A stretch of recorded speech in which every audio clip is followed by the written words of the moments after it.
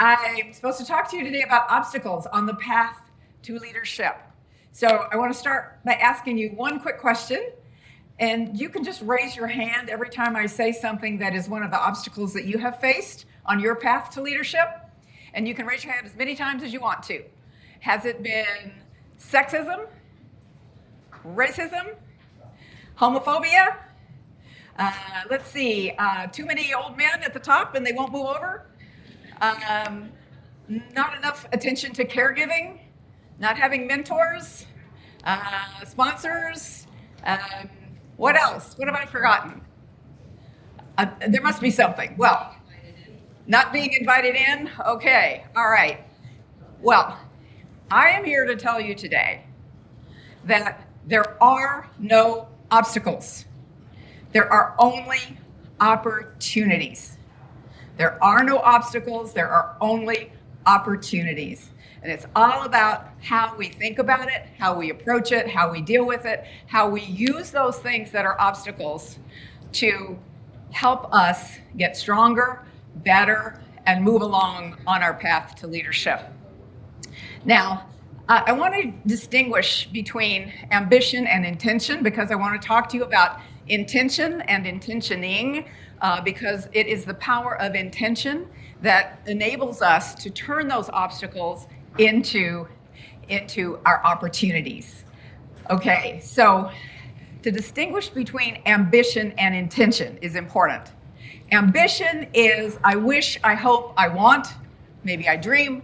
Intention is I am, I will, I see it happening already, and I know I'm going to do it.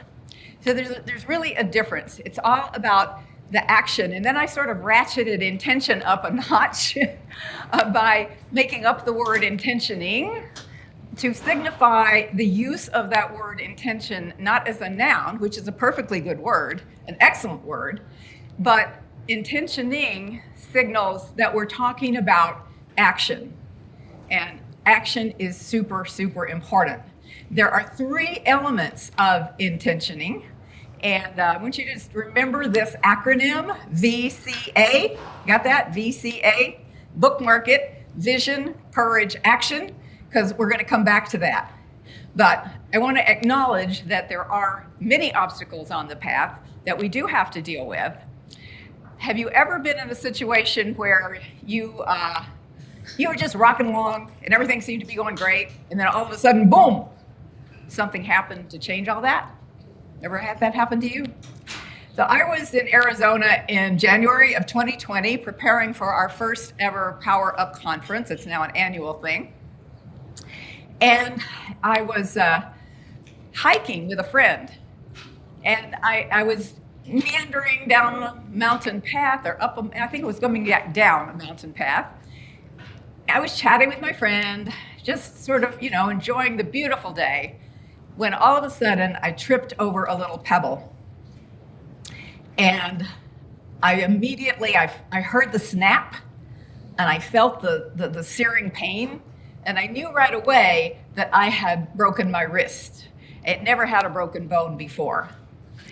I should have known that 2020 was going to be the year of broken everything, because it kind of was. But what I want to share with you is that it is never the mountains that trip you up. It is always the pebbles on your path. The things you can't see, the things you can't anticipate. Those are the things that are much more likely to trip you up.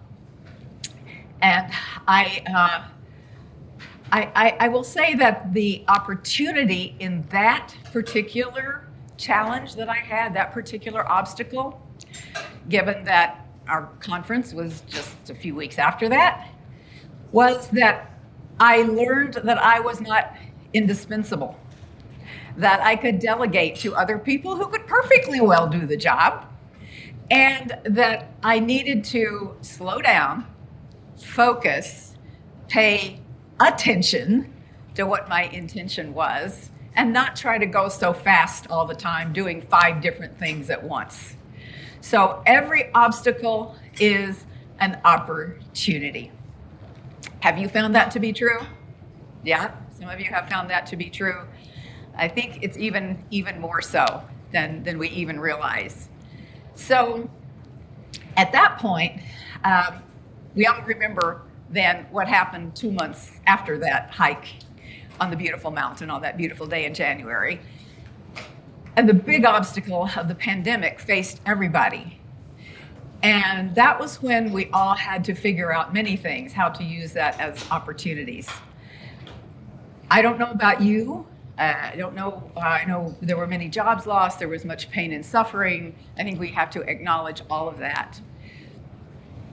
But it was also an opportunity for innovation, creativity. Women started opening businesses at a phenomenal rate, more than has ever been the case. We're almost at half and half now, men and women starting new businesses.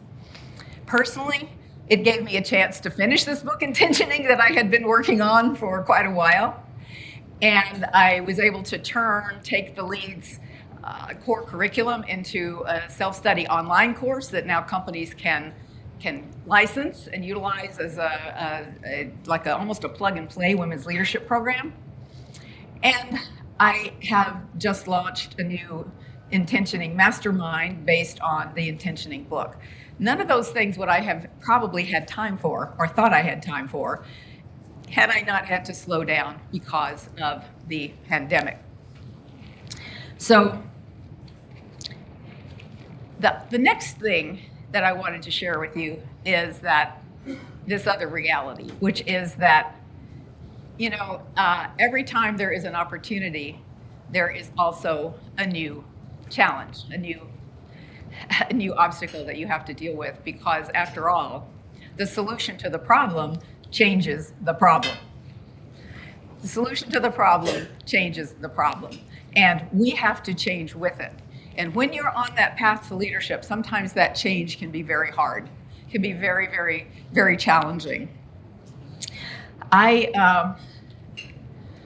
So how did I learn this? Well, have any of you read there's an article in The Atlantic right now that is going around. It's popping up in a lot of different places, and it's about how rural America is basically taking the lives of young girls, young women. I was that girl a few decades ago. I grew up in rural Texas, where women were not given ambitions or intentions for careers. And I really wanted to be the perfect wife and mother. I was rather precocious about it, however. I married my high school sweetheart. I became pregnant at 15, actually not exactly in that order. And then I woke up and I realized that if I had to support these children, I had no employable skills. There was nothing really that I could do to support them. And so I started to the community college. That's all there was in Odessa, Texas. Any Friday Night Lights fans here? I'm going to tell you it's real. My children all graduated from Permian High School. That story is not made up. It's that kind of hardscrabble life. So I started to community college. It took me 12 years to finish because I had to wait until the University of Texas finally opened a branch in some trailer houses on a dusty field in Odessa. And I was the first person in the door, and I think I was maybe the first person out. But as it happens, I didn't know exactly what I was going to. Well, actually, I did imagine that I would be a high school social studies teacher. That's what I thought I was going to do. But then one of my professors in the very last class that I took, suggested that I do my term paper on a small new Planned Parenthood affiliate in town. And so I went and I interviewed the executive director, who said to me at the end of our interview, I'm leaving. I think you should submit a resume. And I thought to myself, I have no preparation for this, but it'll be a good experience. I've never had a formal job interview before. 30 years later, I retired as the national president of Planned Parenthood. So you never know. You never know. You never know where that. Thank you very much. If your insurance covers your contraception now, you're welcome. That was the thing I most enjoyed doing. So that took me then to another tale of another hike to share with you. This one was some years later.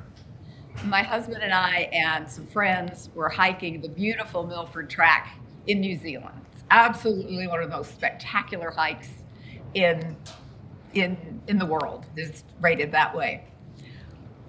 But I had neglected to do a little bit of research about this hike that turned out to be very important to me and provided me with an obstacle that I wasn't sure I could turn into an opportunity. You see, there were 22 suspension bridges from start to finish on this hike. And I am absolutely terrified of suspension bridges. 22 rickety suspension bridges, not these nice, concrete and steel suspension bridges. These were wooden, rickety suspension bridges. I know that I'm going to fall into the raging waters below or into the jagged rocks on the side, and I will surely die when I come to a suspension bridge. So I'm standing there on the first bridge, grasping my walking stick as though it's going to save me. And there are people lining up behind me because this bridge is so rickety that only one person can cross at a time. And I'm like, I am frozen. I cannot move. But I realize I'm going to have to get across that bridge somehow. Now, as I was standing on that bridge, there was also something going on in my mind. Of course, your whole life goes through your mind when you're in a situation like that. And I realized I had to get to the other side, to my intention. And I had to have the courage to believe that I could. And I had to then start taking one step at a time, one step, until I got to the other side. Obviously, I made it, but that became a real metaphor for me about what we have to do in order to make it across our path to leadership. We have to have the vision to know where we need to go. We have to have the courage to believe we can do it, and we have to have the action. We must take the action, one step at a time. So I encourage you to see your obstacles as opportunities. Actually, I encourage you to love your obstacles, to grab them by the scruff of the neck and turn them into your opportunities. And may this be the day you walk with intention on your path to leadership with authenticity, confidence, and joy. I know you can do it. Thank you so much. Thank you.